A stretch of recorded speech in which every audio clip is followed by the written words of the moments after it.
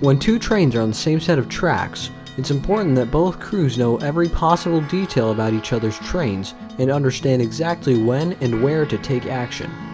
If a crew doesn't recall even the smallest bit of information, it can cause a catastrophic accident. Unfortunately, that was exactly the case for the crew of Burlington Northern Extra 6311 West 39 years ago. Only 13 miles from a town I know well, one of the worst wrecks on the Burlington Northern occurred, and it was entirely caused by human error.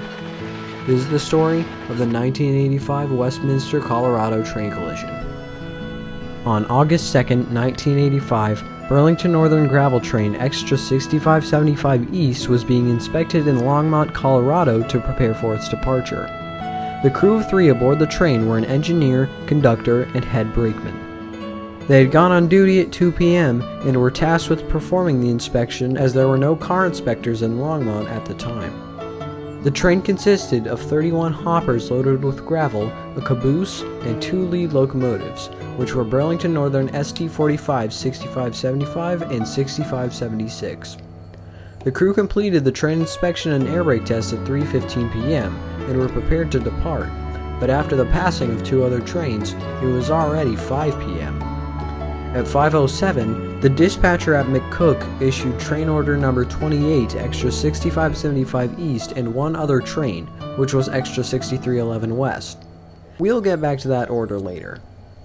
At 6:13 p.m., the dispatcher issued another train order, number 44, giving 6575 clearance to depart Longmont, and at 6:30, the order was carried out. Meanwhile, a Burlington Northern manifest was waiting to depart Denver Yard at around the same time. The train was led by 3 locomotives, which were BN SD40 6311, Southern Pacific SD40R 7374, and BN SD40-2 6376. These 3 engines were pulling 50 freight cars and a caboose at the rear.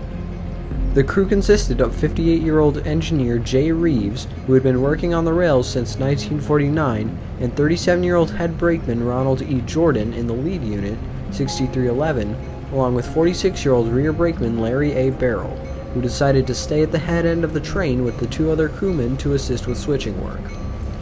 58-year-old conductor Howard L. Lynn was in the caboose. 6311 was supposed to depart Denver Yard at 5, but was delayed multiple times due to several switching maneuvers, the required train inspection and air brake test, and a somewhat overwhelmed dispatcher. Conductor Lynn received train order number 28 from the McCook dispatcher at 5:05 p.m.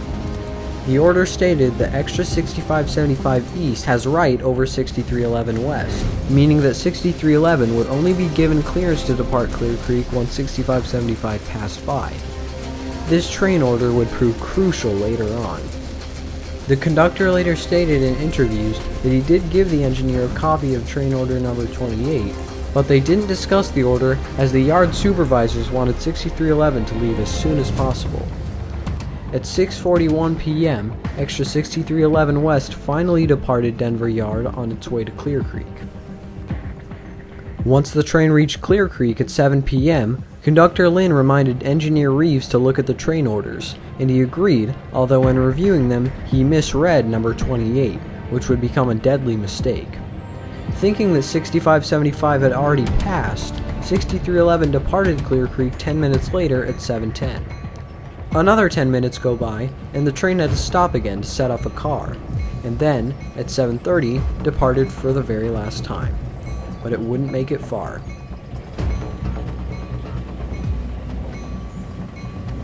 As 6575 was passing through Broomfield, Colorado, the conductor moved out of the caboose to look for any issues with the train. But what he would find instead was much worse than he ever imagined.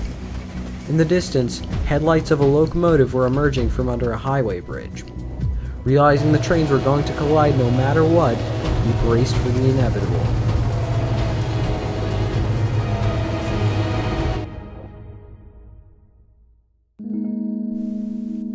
At 7:40 p.m., the trains collided head-on at a combined speed of over 100 miles per hour.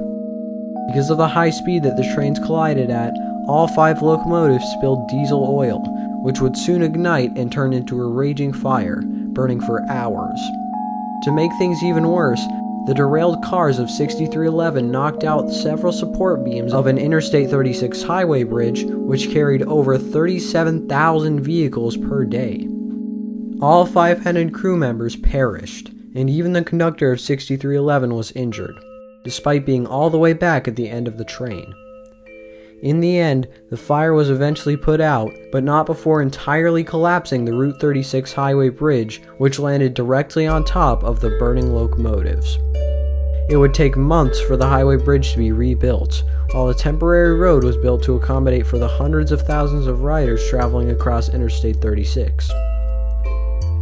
Once the fire was contained, NTSB investigators wasted no time finding out how and why the collision happened. They found out that the cause was Engineer Reeves of 6311 misreading train order number 28 before departing Clear Creek.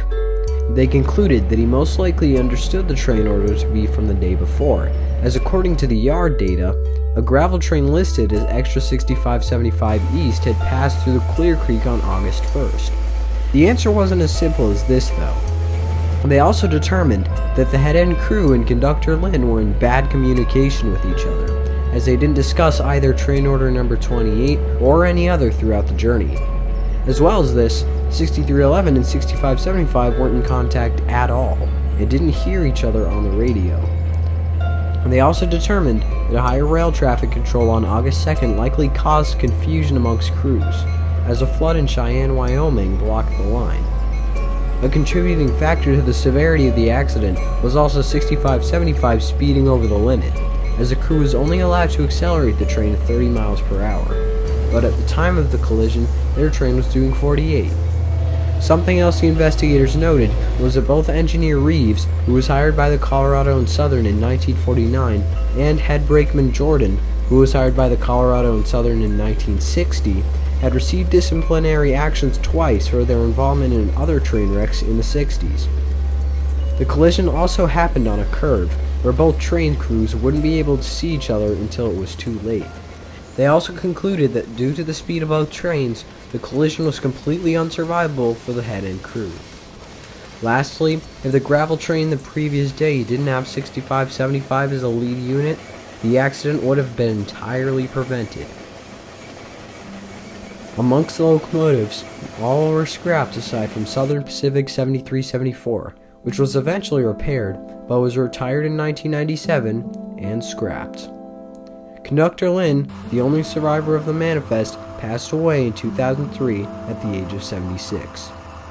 Since this accident, railroads have taken steps toward creating a more organized system, but with precision scheduled railroading, more strain is put on crews, so it's pretty much inevitable that train collisions like this one will still cause trouble for years to come. 39 years after the accident, some still remember what happened on that day, and will for the rest of their lives.